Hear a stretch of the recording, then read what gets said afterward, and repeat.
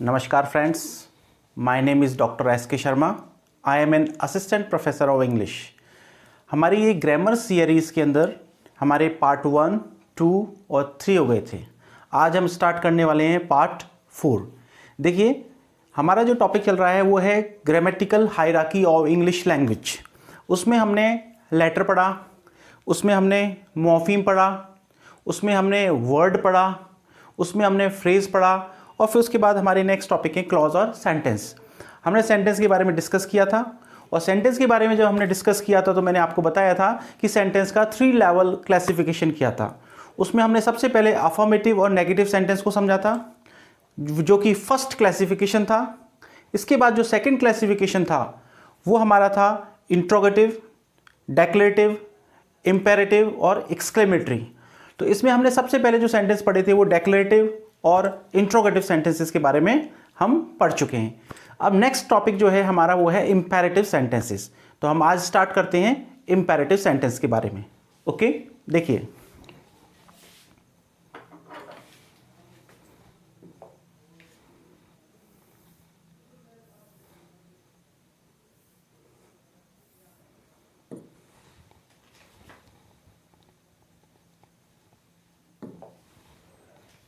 हमारा जो next topic है वो है इंपेरेटिव सेंटेंस। इंपेरेटिव सेंटेंस क्या होता है? तो इंपेरेटिव सेंटेंस के बारे में आपको 2-3 बातें ध्यान रखनी है। नंबर 1, देखिए इंपेरेटिव सेंटेंस जो है उसकी सबसे पहला फीचर ये है कि इंपेरेटिव सेंटेंस जो है वर्ब की फर्स्ट फॉर्म से स्टार्ट होता है। तो number 1, V first. V first को ही आप कह सकते हो original form of the verb, आप इसी को कह सकते हो root form of the verb. Okay, तो फर्स्ट वे सेंटेंस जो वर्ब की फर्स्ट फॉर्म से यानी वर्ब की ओरिजिनल फॉर्म से स्टार्ट होते हैं, नंबर 1। सेकंड जो इसका कैरेक्टरिस्टिक होता है, सेकंड जो बात इंपेरेटिव सेंटेंस में होती है वो ये होती है इनका यूज क्या होता है। तो इसका यूज होता है, देखिए बहुत इंपॉर्टेंट है, टू गिव ऑर्डर और टू मेक रिक्वेस्ट। इसका मतलब क्या है? ऑर्डर और रिक्वेस्ट, REQUEST, रिक्वेस्ट। इसके यूज क्या हो गए? Order and request.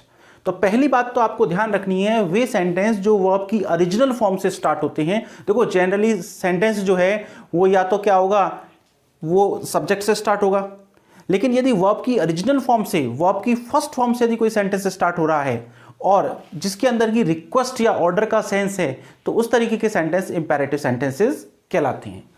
नेक्स्ट जो बात है वो देखिए इसमें, जैसे मैंने आपको कोई एग्जांपल दिया, मैंने कहा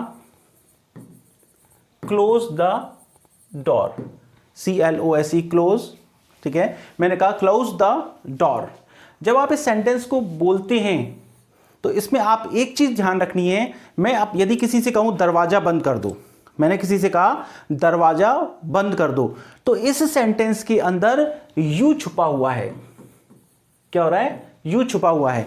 यदि मैंने किसी से कहा कि दरवाजा बंद कर दो, इसका मतलब मैं ये कहना चाह रहा हूं कि तुम दरवाजा बंद कर दो। तो थर्ड जो इसमें चीज वो आपको ध्यान रखनी है कि इसमें सब्जेक्ट जो यू है वो हिडन होता है, HIDDEN। इसमें क्या होता है? इसका सब्जेक्ट जो यू है वो क्या होता है? हिडन होता है। सब्जेक्ट यू इसमें छुपा रहता है। ठीक है, नेक्स्ट फोर्थ, इसमें जो वी फर्स्ट है, वी फर्स्ट जो है, देखिए this V first is the word of command. ये जो वी फर्स्ट है इसमें वर्ड ऑफ कमांड होती है। जैसे मैंने कहा जाओ खेलो, ठीक है, मैंने कहा दरवाजा बंद करो, तो बंद करना, तो ये क्या है? ये जो बंद करना है, खोलना है, भागना है, चलना है, ये वर्ड क्या है? कमांड देने के लिए है। ठीक है, रिक्वेस्ट भी होती है, यदि आपने प्लीज लगा दिया तो रिक्वेस्ट हो जाएगी और वो सेंटेंस के सेंस के हिसाब से भी हमें पता लग जाता है। तो इंपेरेटिव सेंटेंस में हमें 4 बातों का ध्यान रखना है। नंबर 1, वर्ब की ओरिजिनल या फर्स्ट फॉर्म से स्टार्ट होते हैं। नंबर 2, इसके अंदर क्या होता है? मेक रिक्वेस्ट और गिव ऑर्डर, या तो आप इसमें कोई रिक्वेस्ट करते हैं या कोई ऑर्डर देते हैं। थर्ड थिंग, इसमें सब्जेक्ट यू जो है छुपा रहता है और वी फर्स्ट जो होती है उसको वर्ड ऑफ कमांड बोलते हैं। वो शब्द कमांड देने के काम में आता है। जैसे मान लो इसको मैं ऐसे कह दूं, OPEN, ओपन द डोर, तो वर्ब की फर्स्ट फॉर्म से स्टार्ट हुआ है, ठीक है। तो ये जो वर्ड है ये कमांड का वर्ड है, दरवाजा खोलो। फाइन। अब देखिए, अब यहां पे मैं आपको बताऊं इंपेरेटिव सेंटेंस के बारे में। जो हमने लिखा हुआ है कि imperative sentence starts with the original form of the verb. Imperative sentence verb की मूल फॉर्म से स्टार्ट होता है। मूल फॉर्म का मतलब क्या हो गया, मैंने ब्रैकेट में लिखा हुआ है V first. Okay, this V first, ये फर्स्ट इधर आ गया, आपको ध्यान रखना है। This V first is a word of command. ये जो वी फर्स्ट है ये वर्ड ऑफ कमांड है। नेक्स्ट, मैंने आपको बताया the subject you is hidden in this sentence. इन सेंटेंसेस में यू जो सब्जेक्ट है वो छुपा हुआ होता है। लेकिन क्या होता है कि कभी कभी हम क्या करते हैं, उस यू का यूज करते हैं, उसको छुपाते नहीं है। एक तो मैंने कहा, देखिए आपको अंतर समझ में आ जाएगा। मैंने आपसे कहा CLOSE, मैंने आपसे कहा कि क्लोज द डोर, ठीक है। और दूसरा सेंटेंस में आपसे कह दूं यू क्लोज द डोर। देखो, होने को तो इस सेंटेंस में भी मैंने कहा यू है और यू छुपा हुआ है, लेकिन कई बार क्या होता है कि हम यू को हिडन नहीं करके यू को बोलते हैं। ऐसा क्यों? ऐसा इसलिए क्योंकि हम अपनी बात पे एम्फेसिस देना चाहते हैं। जैसे मैंने आपसे कहा दरवाजा बंद कर दो, ठीक है, किसी ने सुना नहीं। फिर मैंने कहा दरवाजा बंद कर दो, आपने कहा मैं कहा हाँ तुम दरवाजा बंद कर दो। मैंने क्या किया, उस बात पे एम्फेसिस दे दी, हाँ तुम दरवाजा बंद कर दो, हाँ तुम भाग जाओ यहां से, हाँ तुम बात मत करो, हाँ तुम चिल्लाओ मत। यदि मुझे अपनी बात पर एम्फेसिस देना है तो उस कंडीशन में इंपेरेटिव सेंटेंस में हम यू को हिडन ना करके यू को क्या कर देते हैं, यू का यूज कर देते हैं। तो आपको पांचवी बात क्या पता लगी इंपेरेटिव सेंटेंस में, कि यू हिडन होता है, लेकिन कई बार सेंटेंसेस में यू का यूज करते हैं for the sake of emphasis, जोड़ देने के लिए। तो यही बात मैंने यहां पे लिखी हुई है, देखिए वी कैन मेंशन, हम उल्लेख कर सकते हैं दिस यू, इस यू का। देखो यू जनरली हिडन है, लेकिन हम इस यू का यूज कर सकते हैं किसके लिए, for the sake of emphasis, emphasis के लिए। और ये बात मैंने आपको बताई दी, टू गिव ऑर्डर और मेक रिक्वेस्ट। एक बार फिर देखिए, इंपेरेटिव सेंटेंस वर्ब की ओरिजिनल फॉर्म से स्टार्ट होते हैं। Okay, number 1 imperative sentence verb की ओरिजिनल फॉर्म से स्टार्ट होते हैं। नंबर 2 क्या, मेक रिक्वेस्ट और give order. Number 3 you is hidden.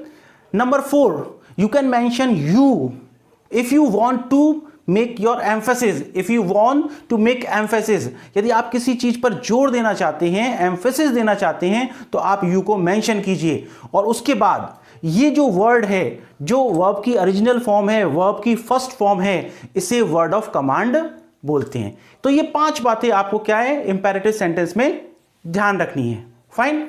अब देखिए 5 के बाद एक छठवीं बात जो इंपेरेटिव सेंटेंस में आपको ध्यान रखनी है, वो क्या है। कई बार आपको इंपेरेटिव सेंटेंस इस तरीके के भी मिलेंगे। मैंने कहा क्लोज द डोर, मैं चाहूं तो इसको ऐसे कह सकता हूं यू क्लोज द डोर।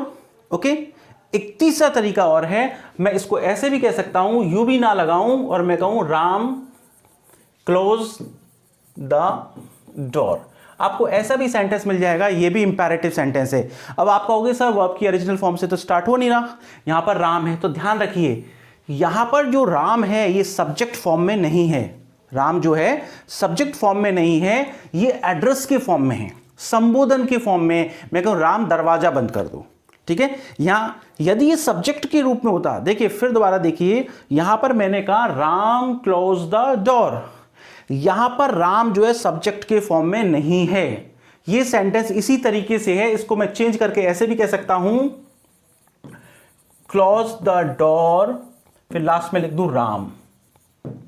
एक ही बात है, इसका मतलब राम जो है सब्जेक्ट की फॉर्म में नहीं है, राम जो है एड्रेस के फॉर्म में है, राम जो है संबोधन के फॉर्म में है। जब हम नाउन पढ़ेंगे तो नाउन के फंक्शंस जब पढ़ेंगे तो हम देखेंगे कि नाउन जो है वोकेटिव स्थिति में होता है, नाउन जो है डेटिव स्थिति में होता है, राम जो है नॉमिनेटिव स्थिति में होता है। इन जैसे जैसे वो फंक्शन करता है उसके अकॉर्डिंग हम इसको इस तरीके के नाम दे देते हैं कि भाई जेनेटिव है, वोकेटिव है, डेटिव है। ये नाउन की बात है, हम नाउन के बारे में जब पढ़ेंगे तो हम इनके बारे में डिटेल में पढ़ेंगे। लेकिन अभी आप ये ध्यान रखें कि यहां पर जो राम है ये एड्रेस के फॉर्म में है। यदि ये सब्जेक्ट होता, ठीक है। यदि ये सब्जेक्ट होता तो राम जो है क्या है, थर्ड पर्सन सिंगुलर नंबर है कि नहीं।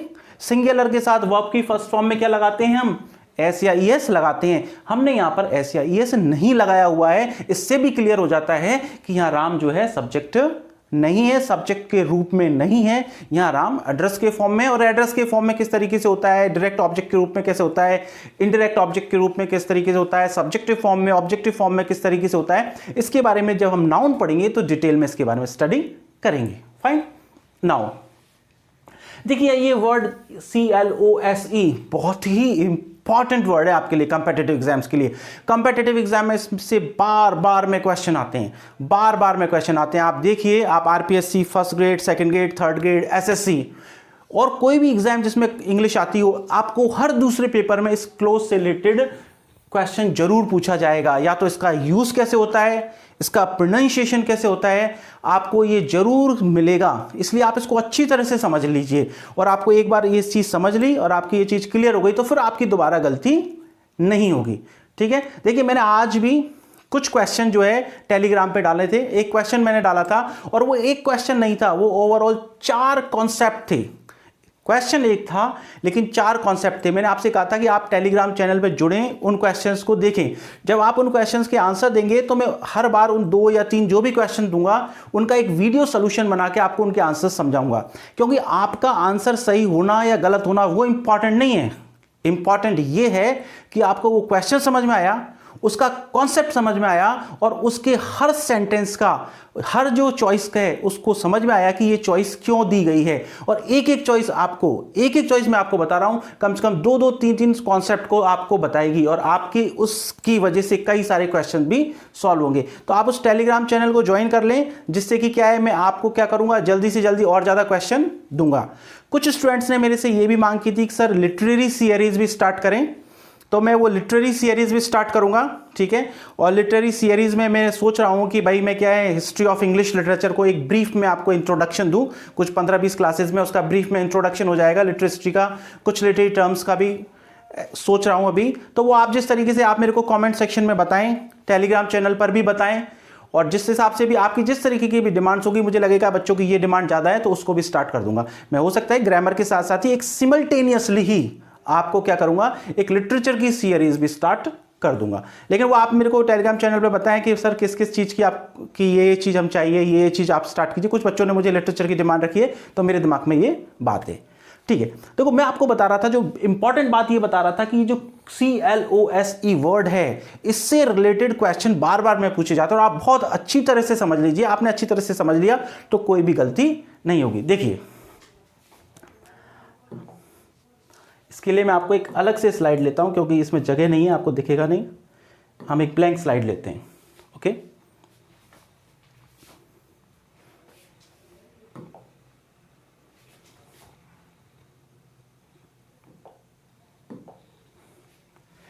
देखिए मैं आपको एक क्वेश्चन लिखता हूं, आप उसके बारे में सोचिए कि वो सही है या गलत है। अच्छा, पहले तो मैं आपसे क्वेश्चन पूछता हूं, क्वेश्चन के फॉर्म में पूछता हूं जिस तरीके से आपको क्वेश्चन एग्जाम में आ सकता है। देखिए मैंने आपसे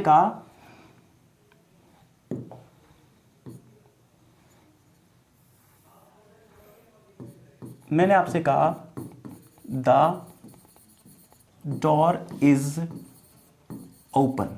ये मान लीजिए आपको एग्जाम में क्वेश्चन है कि द डोर इज ओपन। अब आपसे पूछा जाए कि अंडरलाइन जो वर्ड है उसका एंटोनिम बताइए।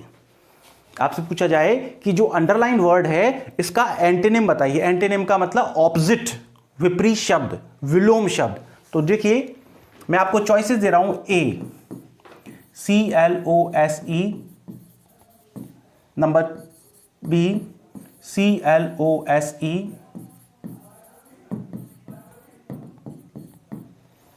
नंबर C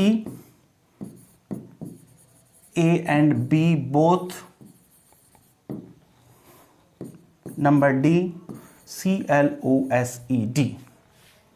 देखिए ये क्वेश्चन है, आप एक बार सोचिए इसके बारे में। बहुत ही इजी क्वेश्चन है लेकिन फिर भी गलती हो जाती है यदि कॉन्सेप्ट क्लियर नहीं है तो। My question is the door is open, दरवाजा खुला हुआ है। ओके।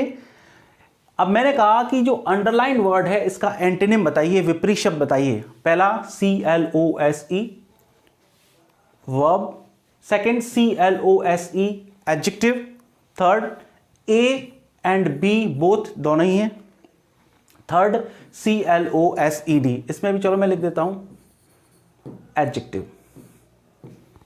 ओके, अब सोचिए कौन सा क्वेश्चन, इस मतलब कौन सा आंसर सही है। अब देखिए, पहले आप मैं जो कॉन्सेप्ट बता रहा हूं उसको समझिए, फिर आप अपने आप आंसर दे देंगे। देखिए, अब इस क्वेश्चन को आप ध्यान रखें और आप चाहो तो इसका स्क्रीनशॉट ले लें, ठीक है। देखो, अब आपको क्या समझना है,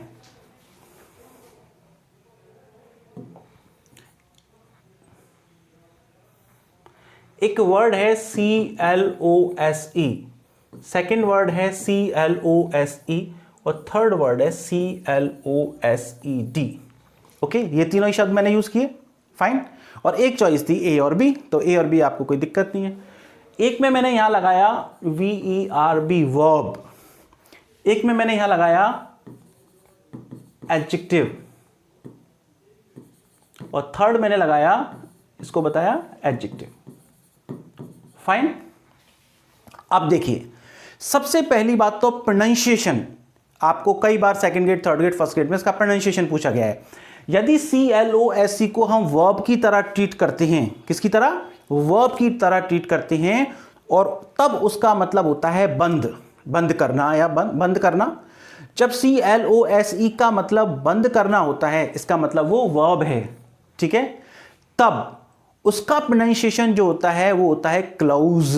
क्या होता है, क्लोज। यदि आपको फोनेटिक्स आती है तो ठीक है, नहीं आती तो कोई प्रॉब्लम नहीं है, क्लोज, इस तरीके से इसको ट्रांसक्राइब करते हैं। तो मैं बोल देता हूं, सुन लो, क्लोज, जे लास्ट में जे साउंड है, आपको ये ध्यान रखना है, इसमें जे साउंड है।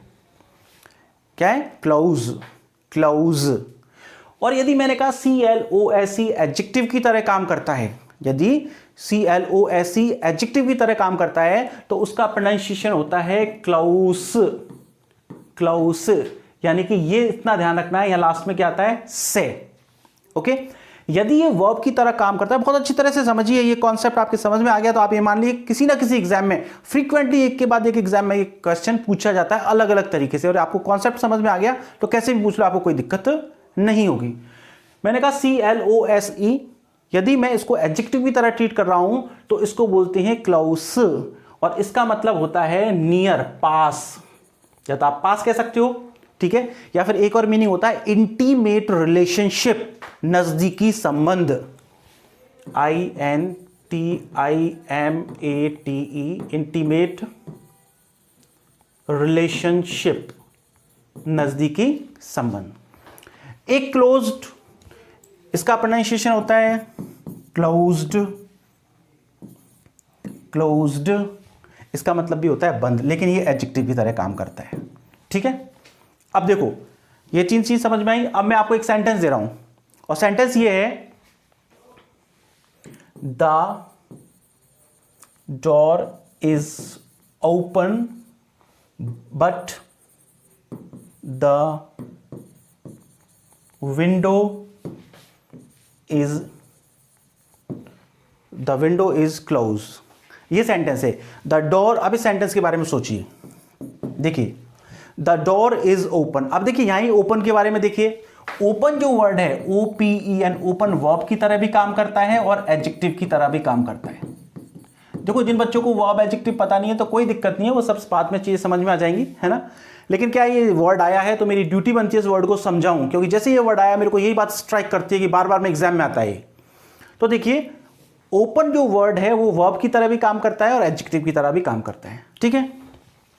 मैंने जब कहा कि द डोर इज ओपन, ठीक है, तो ये इज वर्ब है, ओके।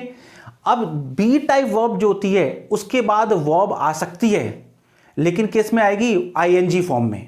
मैंने जैसे कहा, मैं आपसे कहूं राम इज प्ले कह सकता हूं क्या, मैं राम इज प्ले कह सकता हूं क्या। यदि इज MR जो वर्ब है उसके बाद वर्ब की फर्स्ट फॉर्म में ING आएगा, यदि वर्ब की तरह यूज हो रही है। तो देखो, मैंने यहां कहा द डोर इज ओपन, तो बी टाइप वर्ब के बाद मैंने यदि वर्ब इसको मानूं, यदि इसको वर्ब मानूं तो ये गलत है, लेकिन ओपन शब्द ऐसा है जिसका एडजेक्टिव की तरह भी यूज होता है, तो एडजेक्टिव तो लगा सकते हैं। मैं आपसे कहूं राम इज इंटेलिजेंट, तो इंटेलिजेंट एडजेक्टिव है, तो बी टाइप वर्ब के बाद एडजेक्टिव तो लगा सकते हैं। तो यानी ओपन यदि एडजेक्टिव है तो लगा सकते हैं, तो हम ये माने कि यहाँ पर ये क्या है, एडजेक्टिव है। तो ये तो सही है, द डोर इज ओपन, ठीक है। अब मैंने कहा but the window is close. अब देखो मैंने बट लगा दिया, किंतु इसका मतलब मैं इसके विपरीत बात कहना चाह रहा हूं। और खुले का विपरीत क्या होगा, बंद। खुले का विपरीत क्या होगा, बंद।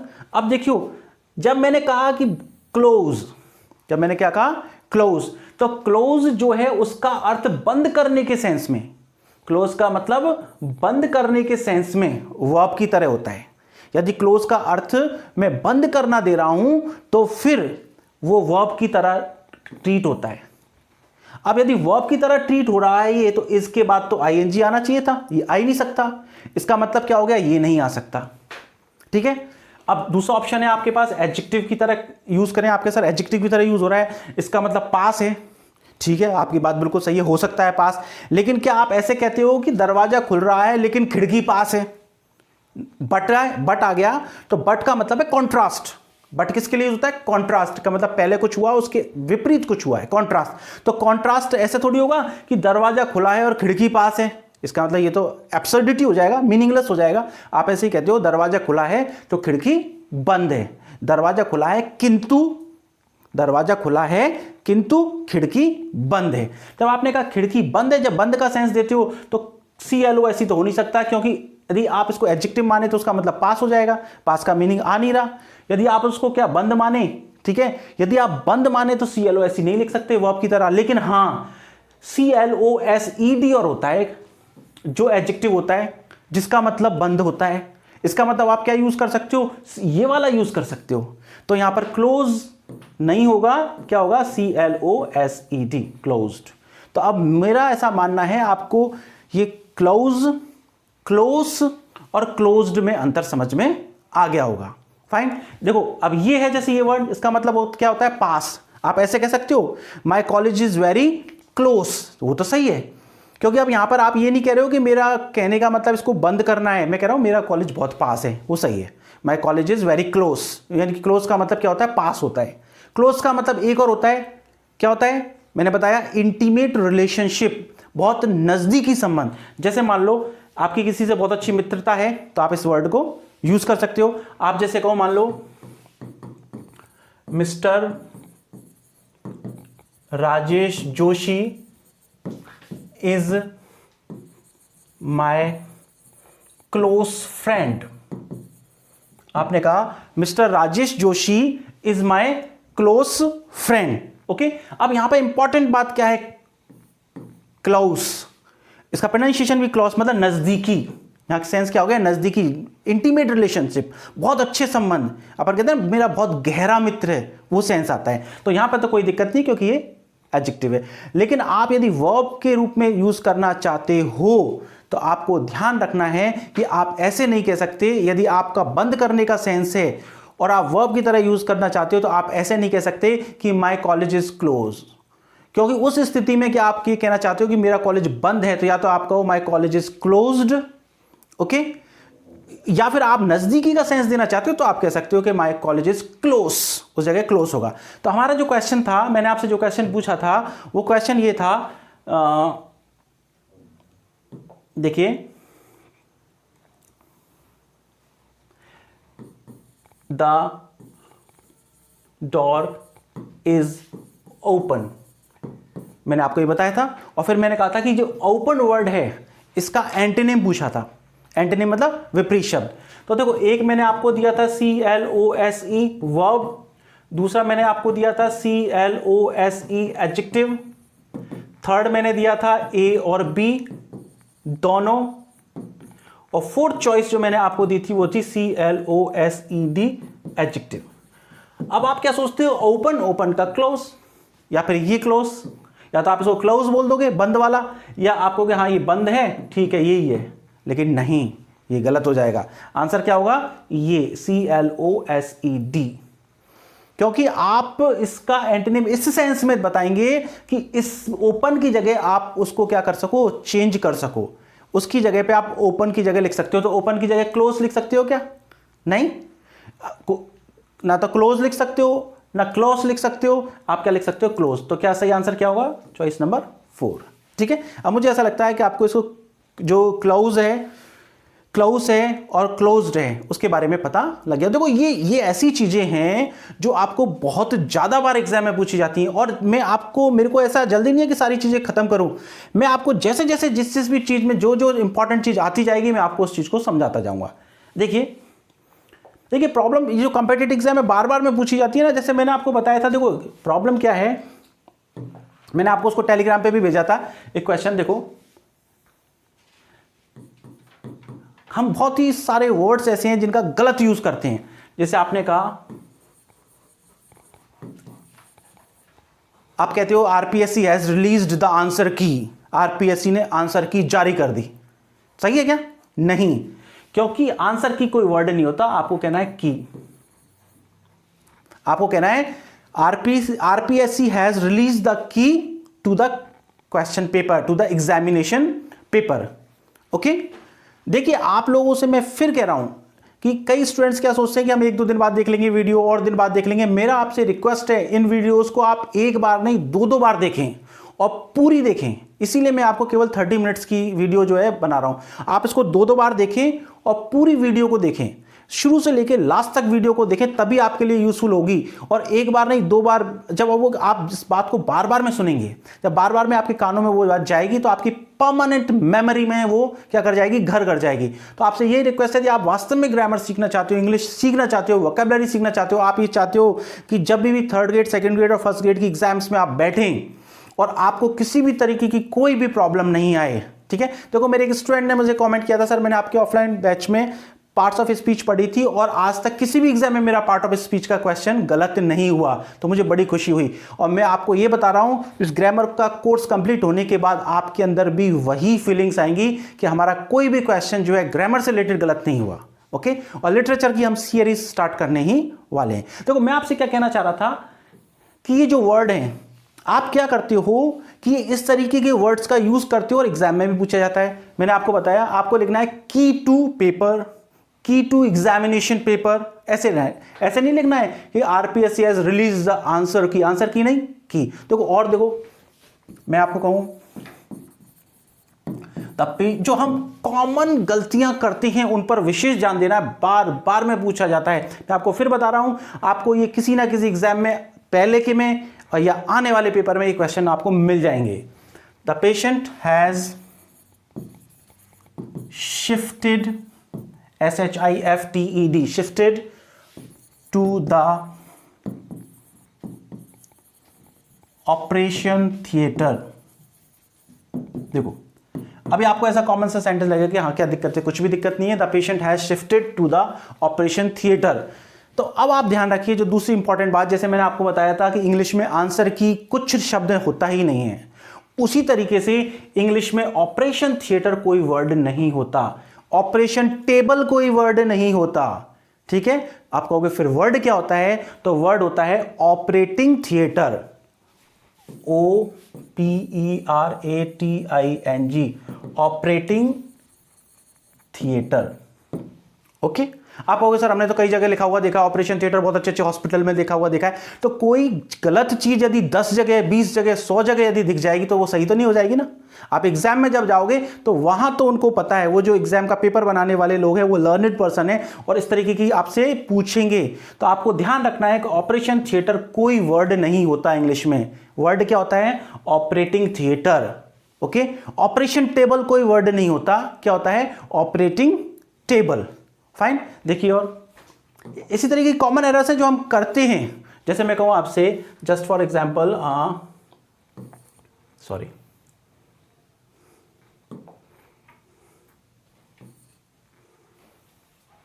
मैं आपसे कहूं come around, AROUND, come around the back side of the home, I'll show you my study। देखिए मैंने आपसे क्या, come around the back side of the home, okay, मैंने कहा come around the back side of the home, I will show you my study.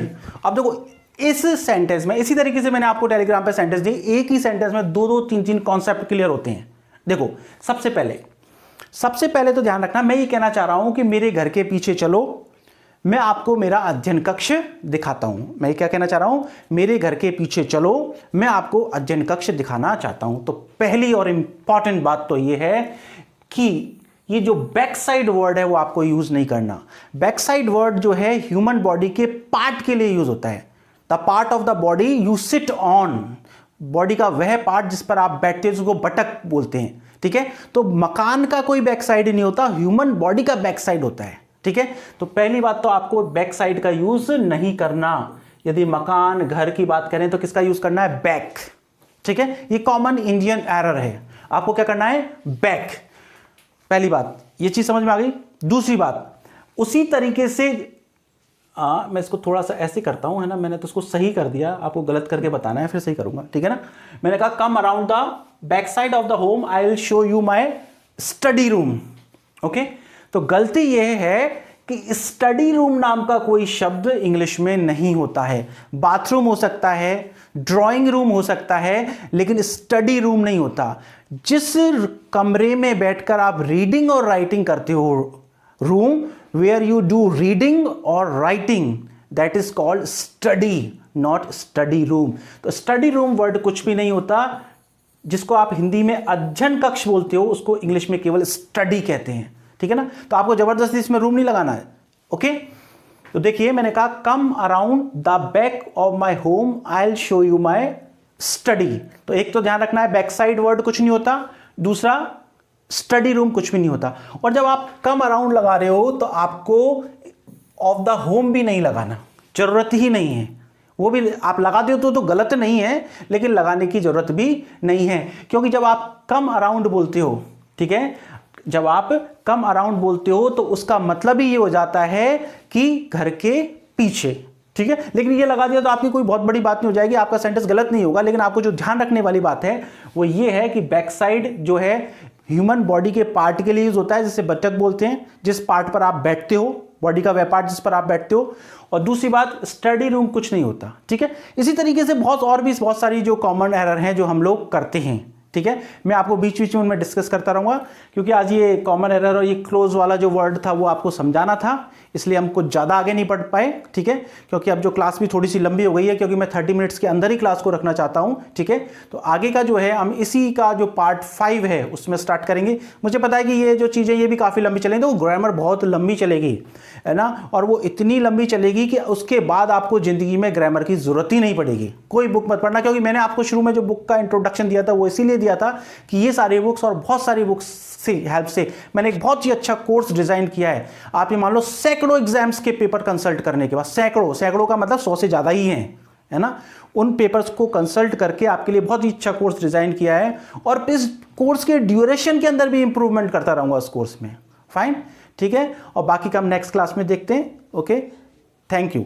और आप लोगों को एक ध्यान रखना है, थोड़ा सा आपसे रिक्वेस्ट है, मैं बार बार में कहना भी अच्छा नहीं लगता, आपको ऐसा लग रहा है कि मैं आपके लिए मेहनत कर रहा हूं, तो प्लीज़ प्लीज़ प्लीज़ प्लीज़ इस चैनल को आप ज़्यादा से ज़्यादा लोगों के लिए बताएं, पढ़ने वालों के लिए, उनसे कहीं शेयर करें, आप भी शेयर करें। और आप मुझे बहुत अच्छे अच्छे कमेंट लिख रहे हैं, उसके लिए बहुत बहुत धन्यवाद, बहुत बहुत थैंक यू, नमस्कार।